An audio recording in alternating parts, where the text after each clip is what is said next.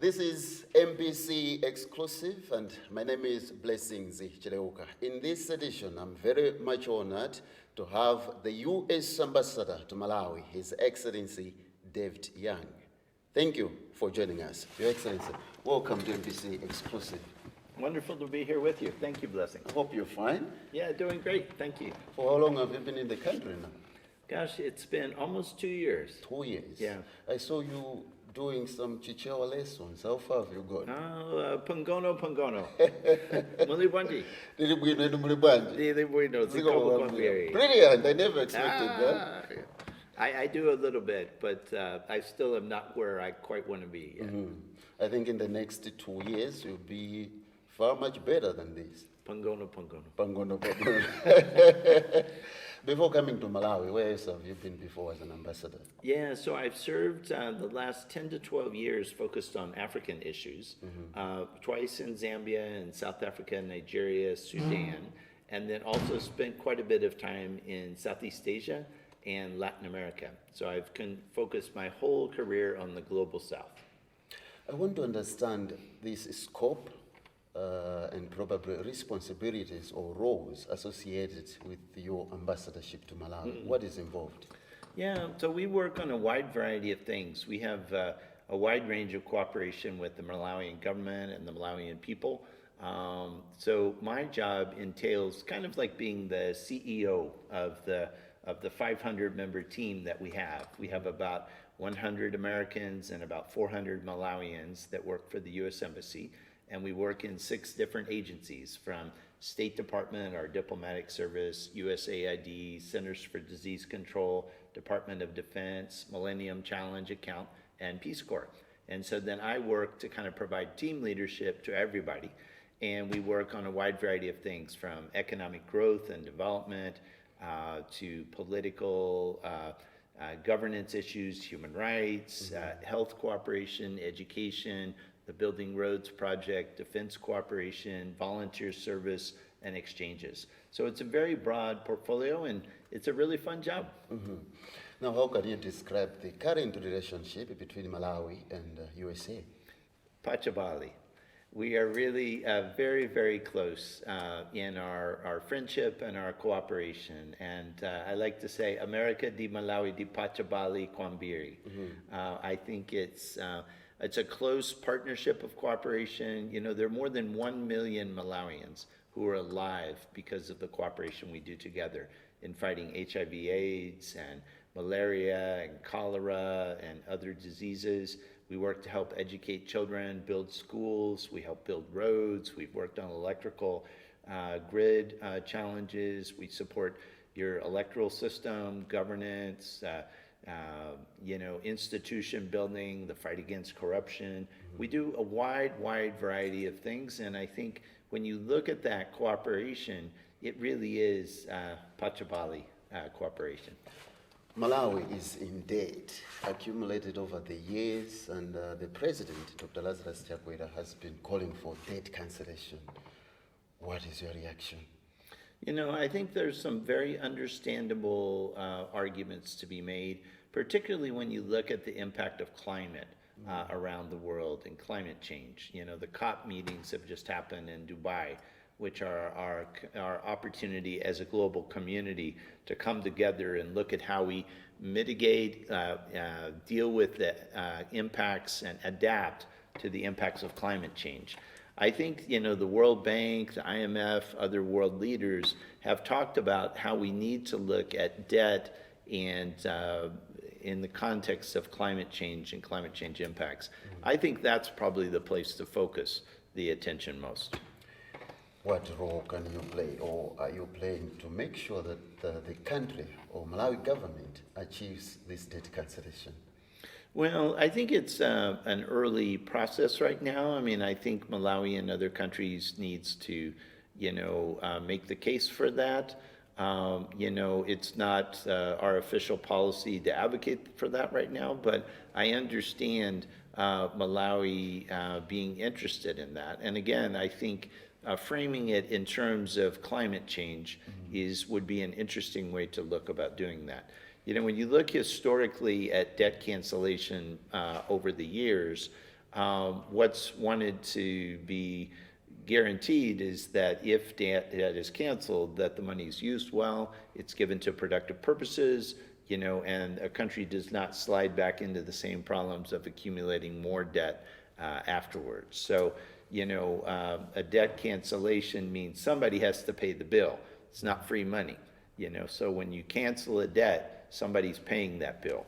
And so it's important to make sure there's a commitment moving forward that the programs can build on and help spur development in countries like Malawi. So I think one of the things we've been working very closely with government on is getting to the ECF, the Extended Credit Facility. We're now very, very pleased that the DPO, the Development Policy Operation of the World Bank, has now been approved following the ECF. That will bring further cushioning to the system. And of course, the United States is the largest contributor to the World Bank and the IMF. So some of that is American money that we're putting into the system to support the macroeconomic stability. But the ECF is only a first step on the road to growth.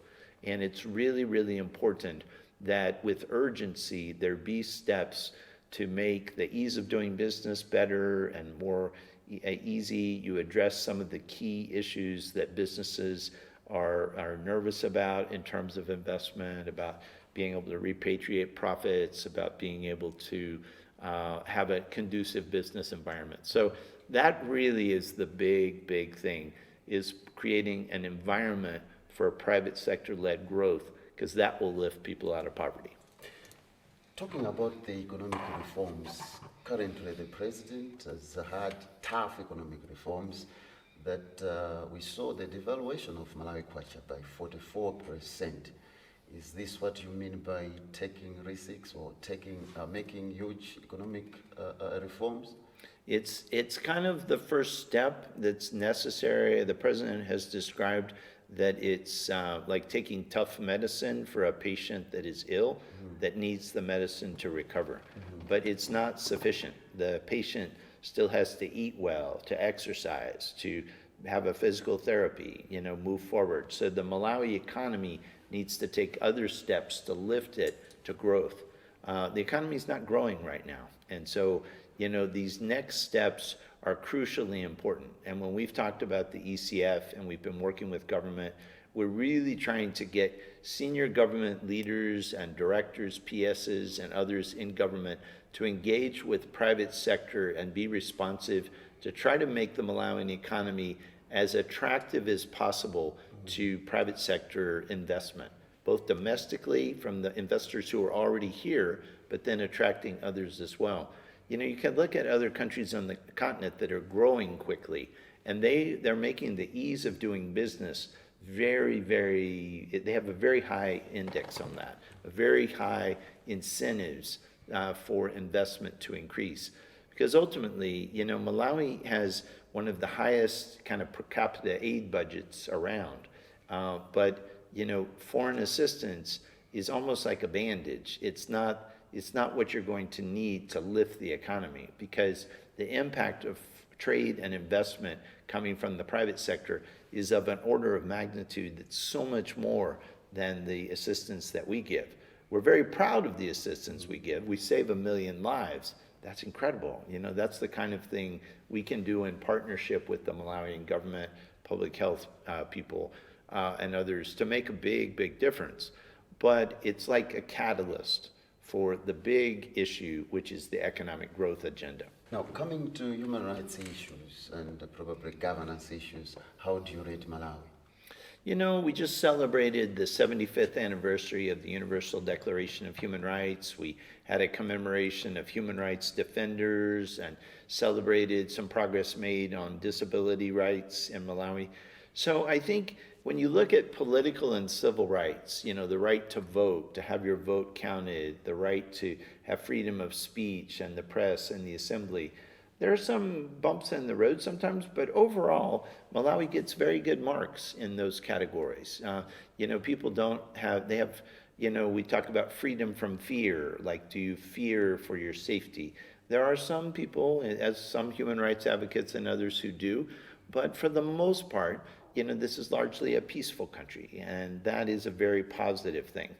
But in terms of, you think of economic and social rights and the challenge to lift people out of poverty, the challenge to guarantee good education and health and equal opportunity to all girls and boys, the challenges of gender-based violence, some of the challenges of human trafficking, those continue to be persistent, major challenges. And so we need to both work on those together, but be very concerted in helping combat poverty, but also make space for human rights defenders. Because there are people who are out there working on all these issues who are Malawians, who need our support. They need space to operate. With the NGO Act, there's some restrictions on the space that human rights defenders can operate in, and those, frankly, need to be addressed so that your conscience folks, the people who are out there campaigning for human rights, have the space and the security to operate freely. U.S. government has invested a lot of money. We are talking of billions in HIV and AIDS management in the country through the project called PEPfar. How many people have benefited so far? Yeah, the PEPfar program, which is the U.S. President's Emergency Plan for AIDS Relief, has been in Malawi for 20 years. And over these 20 years, we've invested over $3 billion. So it's our biggest investment in Malawi historically. And even today, right now, there are 1 million people. So 1 out of every 20 Malawians that benefit from the program that we do through PEPfar to keep them alive. When people take their antiretroviral drugs, they are donated through an effort of PEPfar, the Global Fund, UNAIDS, working with the Malawian government to have those drugs to keep them alive. That's amazing. There are also tens and tens and tens of thousands of children that aren't orphans because their parents are alive because they take the antiretroviral drugs. There are many young people, I just met some yesterday, who are living lives of dignity with HIV. They're HIV positive, but they actually have their viral load, the HIV in their system will not even transmit in sexual relations because it's gone down to virtually nothing. It's an amazing accomplishment and a true sign of our Pachabali friendship. I would say that this PEPfar effort is one of the greatest international examples of cooperation we've ever had. It really rivals the Marshall Plan following World War II because there are 25 million people in the world, most in sub-Saharan Africa, who are alive because of this program. And one of the amazing statistics is in 2004, before PEPfar came into being, the lifespan of Malawians was about 42 years old. About 42 years is what you could expect to live. 20 years later, it's about 63. Think of that. It's a whole generation of life that's been brought to millions of people around the world. And for me, that's one of the most sacred things that we can do in cooperation together. In case you're just joining us, this is MBC Exclusive. And in this edition, I'm engaging the U.S. Ambassador to Malawi, David Young. We'll be back shortly.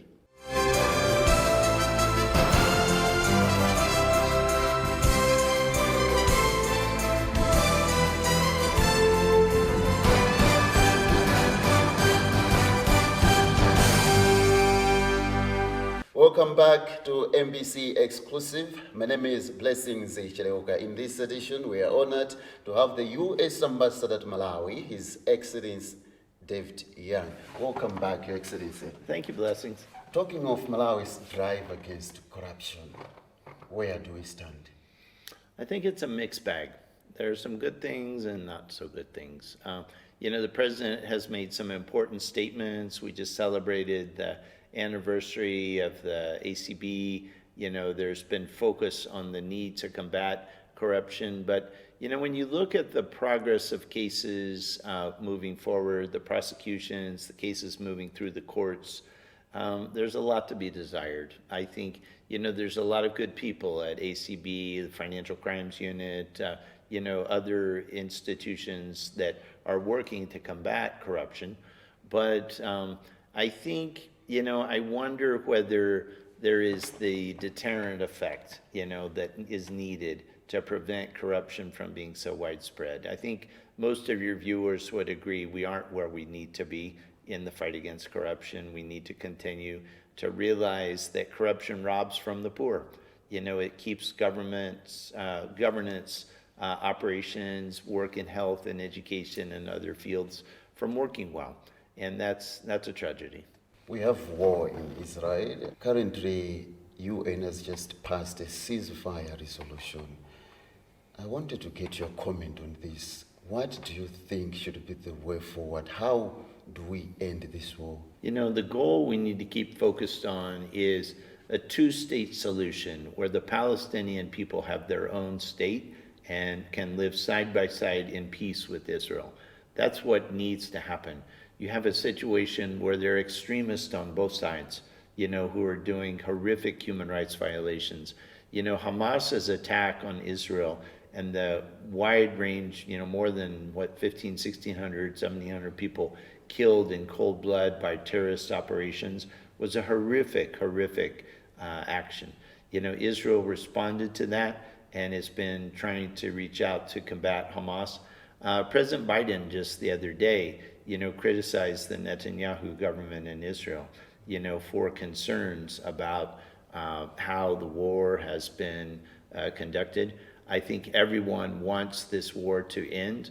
The matter is that you need to stop the terrorism and prevent the terrorism from continuing. Again, we have to keep focused on what the goal is, because we need a two-state solution where Palestinians and Israelis can live side by side in peace. I think we've lost focus on that as an international community and in the region. And it really is important to push to get a two-state solution, because that's what's going to allow people to live the lives of dignity that they all need and to live in peace. It has been alleged that U.S. is biased towards Israel. How true is this? Well, I think the United States has historically been a strong supporter of Israel. From the creation of Israel in 1948, there was a recognition coming out of the Holocaust of how important it is for Israel have the right to peacefully exist. That's a very important policy goal of the United States, and historically the U.S. support for Israel has been rooted in that. At the same time, successive U.S. presidents and President Biden have been very committed to the idea that Palestinians need a state of their own, and that is absolutely essential. And the suffering that Palestinians in Gaza have been experiencing is terrible, and we need to move to end the fighting, end the terrorism, to move to a two-state solution. Currently, we have made a deal with IMF on ECF. I don't know, what do you think government should now focus on? Yeah, I think the ECF with the IMF has a variety of measures that are good for economic growth. It's important that the program be implemented. One, for example, one step is public financial management through the IFMIS system.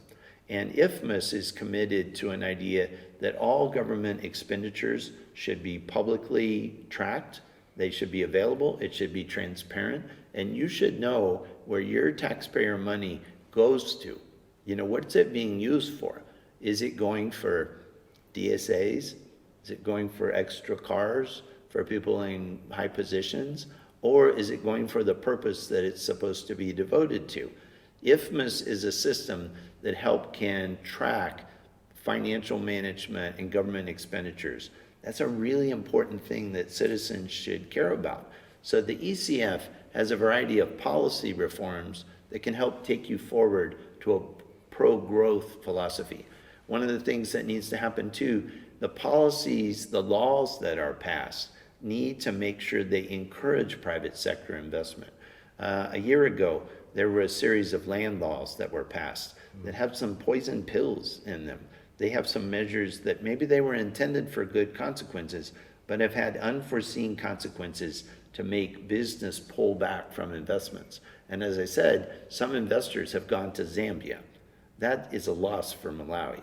When an investor goes to Zambia, your neighbor, it's good for Zambia, my old home, but it's not good for my home team now here in Malawi. We need to make sure when new legislation is proposed, there's very active consultation and engagement with private sector to say, what are the effects practically going to be of this new law? And I think there needs to be an urgency to say Malawi should be in the top 10 in the whole wide world for ease of doing business. That's a goal that will take you forward. Because if you can be in the top 10, like Rwanda, which has a quite challenging political system, but economically it's racing forward because its ease of doing business is very, very high. I would hope Malawi, with its democratic credentials and system, could also mobilize an effort to make the ease of doing business the standard that Rwanda has. That will help grow your economy, and that will help lift people out of poverty. There are allegations, Your Excellency, that Western countries like US are pushing for what you are calling rights for the minority groups in Africa. They are pushing these to African countries to say that these rights must be recognized in our constitution. What do you say about this? You know, when we look at the Universal Declaration of Human Rights, which every country in the world virtually, maybe not North Korea, but Malawi, the United States, virtually every country in the world has signed on to, it guarantees some fundamental principles about human rights and human dignity for all people. And ultimately, it's rooted in some basic principles. Do unto others as you would have them do unto you. Love your neighbor as you love yourself. And that's the foundation of what modern human rights law is focused on. When we look at loving our neighbors, loving our neighbors means all people, and I am committed throughout my 34 years of being a diplomat and a representative of the United States government that we have to defend the rights of the marginalized, the vulnerable people. You've probably heard me speak out about the importance of treating refugees with dignity.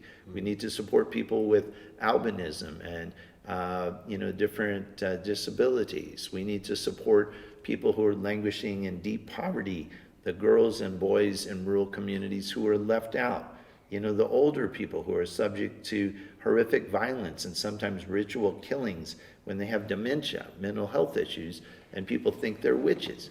All those instances are groups of minority people, if you will, people who are vulnerable, who are marginalized.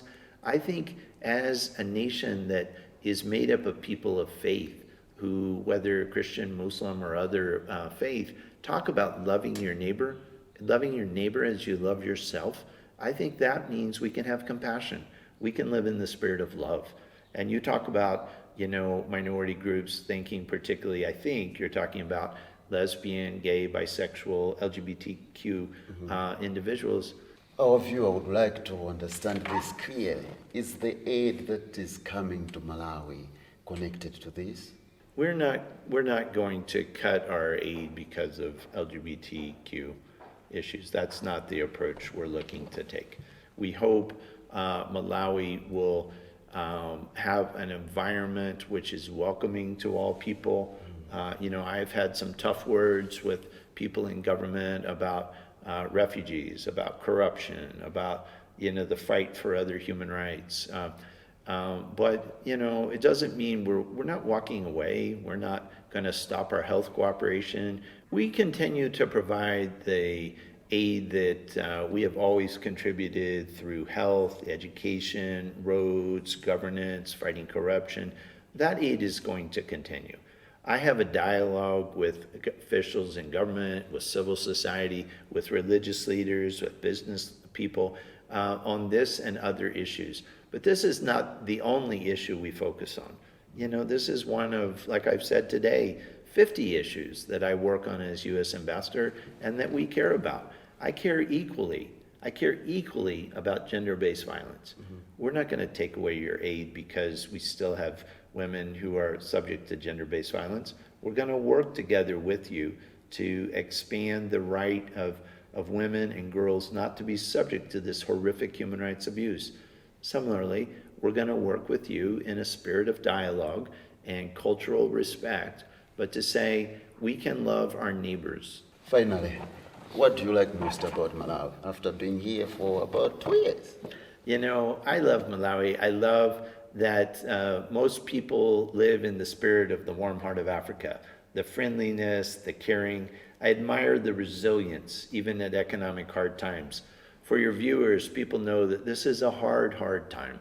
People are wrestling with economic challenges that impact your families. So many youth can't get jobs. They're really tough challenges. But people keep resilient and hopeful. I think at this Christmas season, at the end of the year, it's an important time to reflect on the blessings that we have. Even though there are challenges, you know, we have family, we have friends, we have peace fundamentally, and we need to build on those opportunities and those things we cherish so that we can move forward to a better future. I love a lot of things about Malawi. I've had fun making mandasi. I've done a song or two. There's a new one coming out, the 12 Days of Christmas, the Malawi version that I think your viewers might like. You have to have some fun.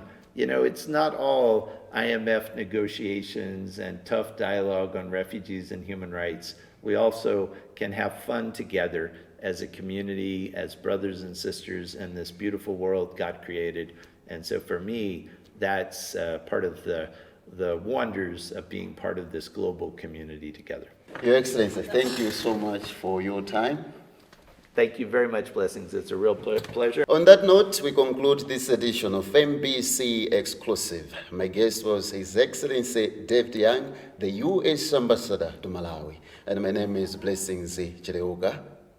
Thank you for watching. Bye-bye.